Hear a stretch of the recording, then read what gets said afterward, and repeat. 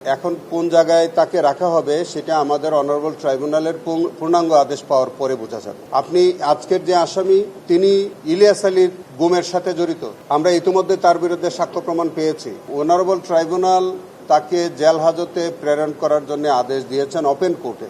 তবে তিনি এর আগে সেনাবাহিনীর হেফাজতে ছিলেন, সামরিক পুলিশ শাখায় ছিলেন। এখন কোন জায়গায় তাকে রাখা হবে সেটা আমাদের অনারেবল ট্রাইব্যুনালের পূর্ণাঙ্গ আদেশ পাওয়ার পরে বোঝা যাবে।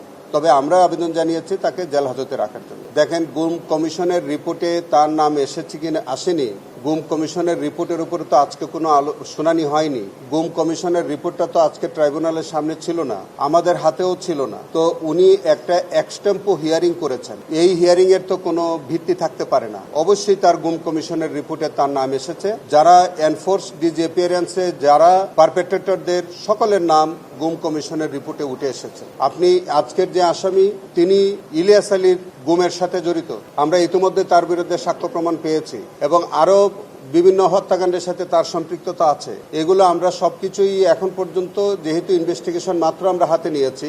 নগদ নিয়ে এলো হার না মানা হার অফার। সর্বনিম্ন 10,000 টাকা রেমিটেন্স নগদে পাঠালে থাকছে স্বর্ণের হার জেতার সুযোগ।